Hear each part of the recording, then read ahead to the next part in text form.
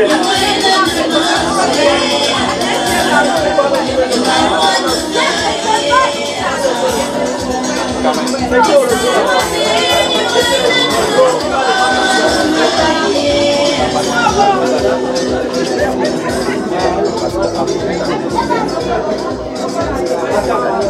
ça.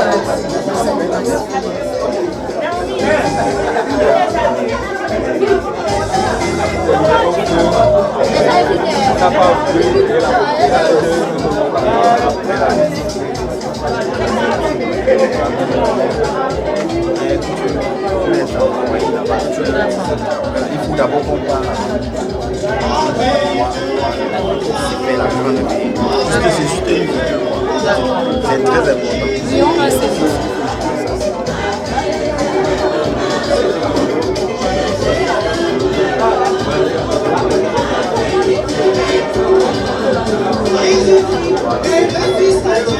Hello.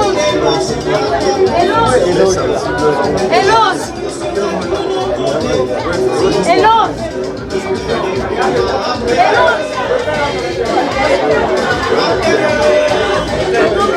Très de faire, vous pensez qu'on va aller voir.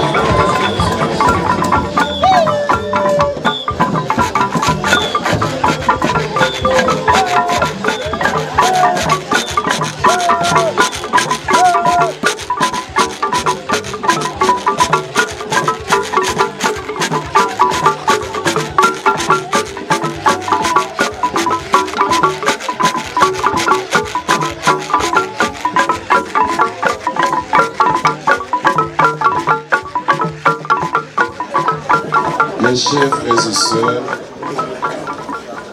nous allons commencer la messe. Je voudrais commencer par quelques exhortations. Je commence d'abord par signifier que je ne suis pas là pour un théâtre. La messe n'est pas une partie quelconque du programme. C'est la partie essentielle. La messe n'est pas un élément quelconque du programme. C'est l'élément essentiel. Alors pour cela, j'interdis tout passage devant l'autel pendant la messe. Ceux qui sont dehors, restez-y. Ceux qui sont à l'intérieur, restez-y. Je vous en prie, ne transformez pas la messe en une séance de théâtre. Ceux qui respectent maman Jeannette, voici le moment de lui donner ce dont elle a besoin, l'Eucharistie. Alors arrêtez les va-et-vient devant l'autel. Ceux qui sont dehors, restez-y. Ceux qui sont à l'intérieur, restez-y. Que chacun s'assied à sa place pour qu'on commence la messe. Ceux qui passent pour entrer ici, vraiment arrêtez, limitez. C'est le temps de la célébration eucharistique. Ceux qui ont des téléphones comme moi, téléphones portables, peut-être plus ou moins Android, mettez-les hors d'état de nuit, je vous en prie. Mettez-les hors d'état de nuit. La messe ne va durer qu'un instant, si vous voulez. Et après ça, appuyez votre téléphone, mettez-le la sonnerie que vous voulez. Mais je vous en prie, pendant la messe, ne troublez pas. Ceux qui défilent, je vois comment vous êtes attroupés là. Vraiment, que chacun s'asseye, je vous en supplie. Que chacun s'asseye. Si tu respectes maman Jeannette, voici l'essentiel que tu peux lui donner, c'est l'Eucharistie. Tout à l'heure, quand tu vas manger, elle ne sera pas là. Elle a besoin de ceci, l'Eucharistie, pour manger aussi.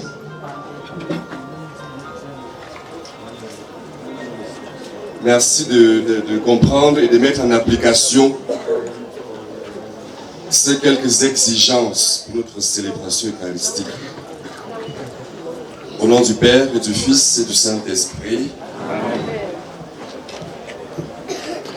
la grâce de notre Seigneur Jésus-Christ, l'amour de Dieu le Père et la communion de l'Esprit Saint soient toujours avec vous. Et avec votre esprit. Sœurs et frères, préparons-nous à célébrer cette Eucharistie au cours de laquelle nous allons présenter notre maman, notre sœur, notre mère, notre grand-mère, Jeannette, au Seigneur, en reconnaissant que nous avons péché.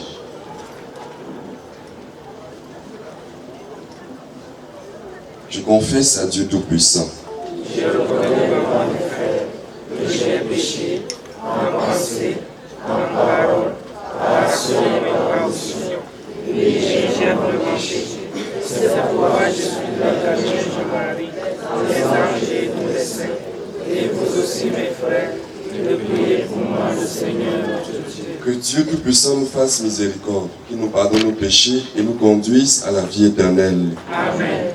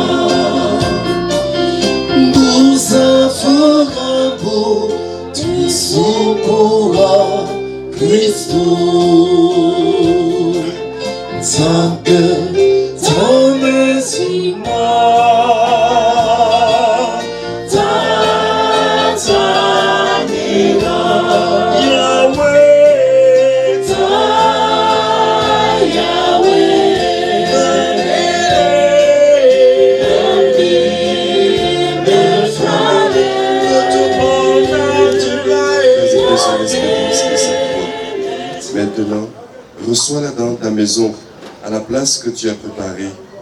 Ouvre-lui les bras, ouvre-lui tes bras, et donne-lui le bonheur que rien ne peut détruire. Par Jésus-Christ, ton Fils unique, notre Seigneur et notre Dieu, qui vit et règne avec toi dans l'unité du Saint-Esprit, maintenant et pour les siècles des siècles. Amen.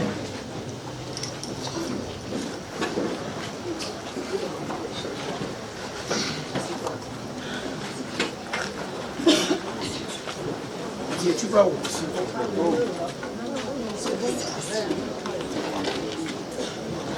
Lecture du livre de la sagesse, au chapitre 2, verset 23, puis chapitre 3, verset 1 à 6, puis le verset 9. Dieu a créé l'homme pour l'incorruptibilité. Il a fait de lui une image de sa propre identité. Les âmes des justes sont dans la main de Dieu. Aucun tourment n'a de prise sur eux. Aux yeux de l'insensé, ils ont paru mourir. Leur départ est compris comme un malheur, et leur éloignement comme une faim. Mais ils sont dans la paix. Au regard des hommes, ils ont subi un châtiment, mais l'espérance de l'immortalité les comblait. Après de faibles peines, de grands bienfaits les attendent, car Dieu les a mis dans l'épreuve et a trouvé dignes de lui. Comme l'or au creuset, il les a éprouvés. Comme une offrande parfaite, il les accueille. Qui met en lui sa foi comprendra la vérité. Ceux qui sont fidèles resteront dans l'amour près de lui. Pour ses amis, grâce et miséricorde. Il visitera ses élus. Parole du Seigneur.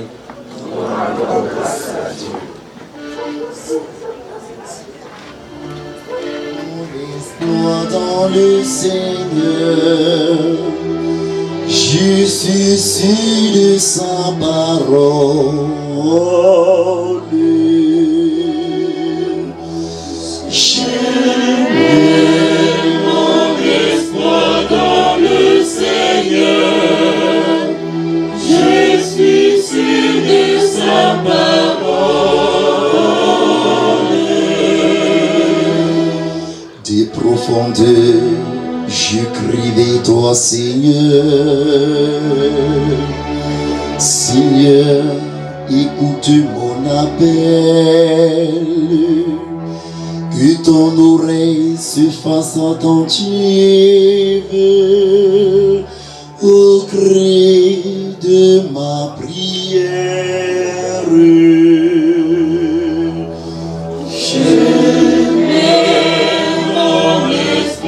Dans le Seigneur, je suis sûr de sa parole.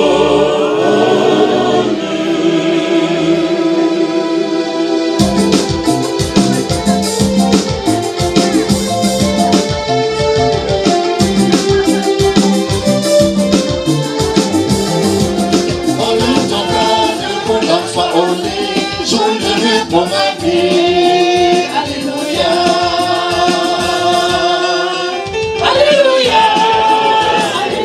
Évangile de Jésus-Christ selon saint Matthieu. Gloire à toi, Seigneur Jésus.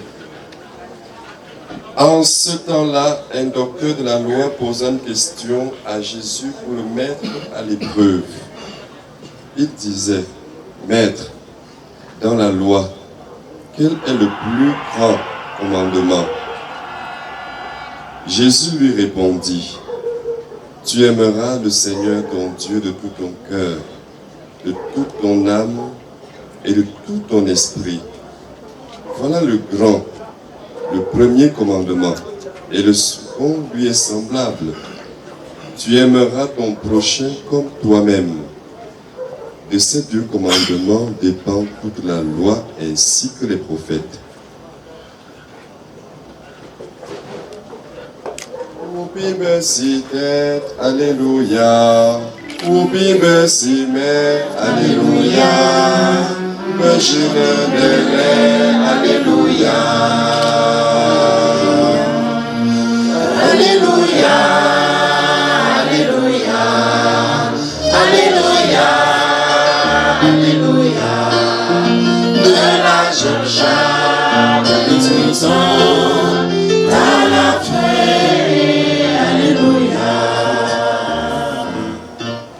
n'est pas tant la mort qui fait mal, parce que tous nous allons passer.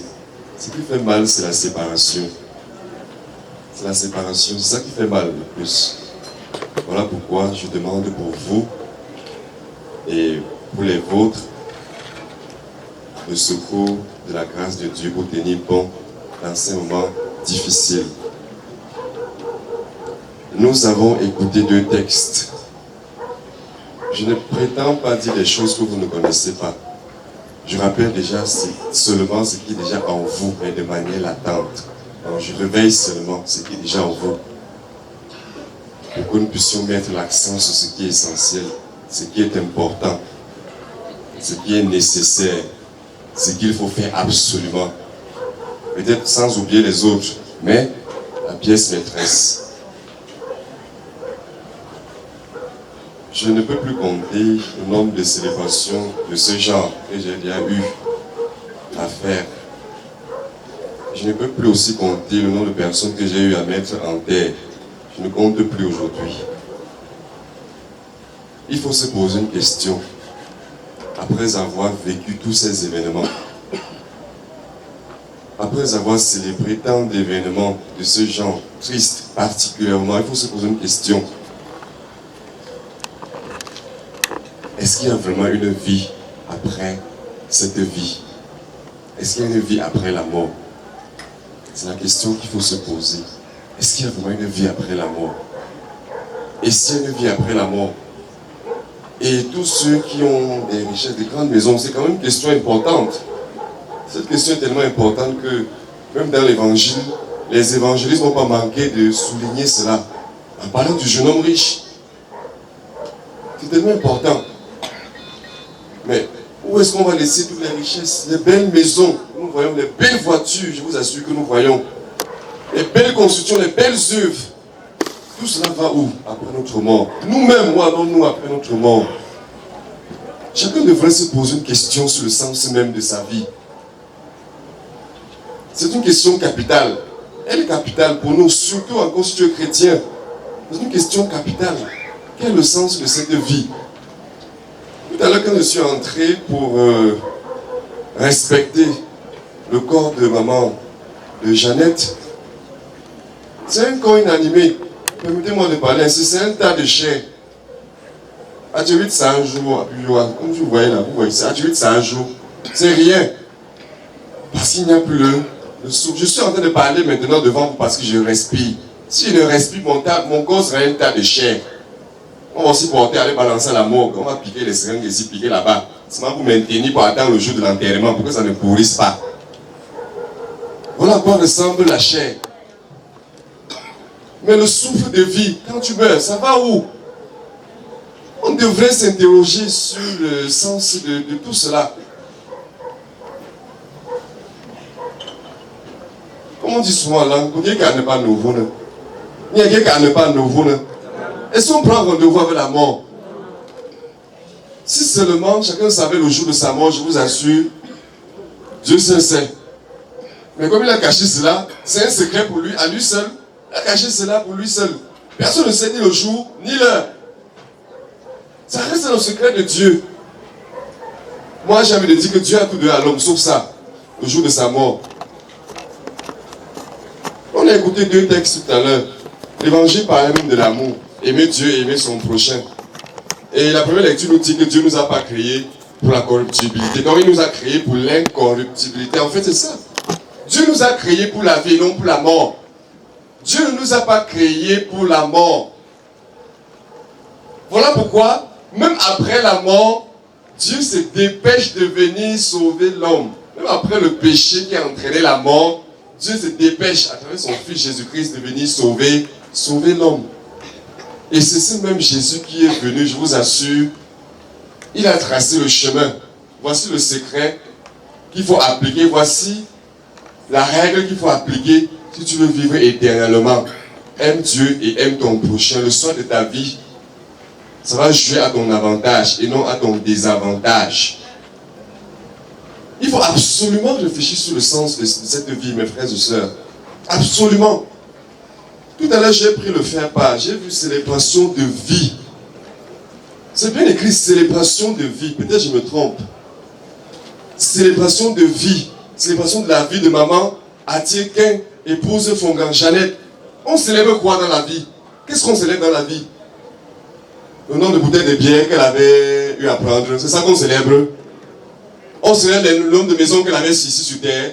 On célèbre son parking qui était fourni. Ou bien son compte en banque qui est fourni. Qu'est-ce qu'on célèbre donc dans la vie de maman Jeannette? On célèbre l'amour. Un point, c'est tout.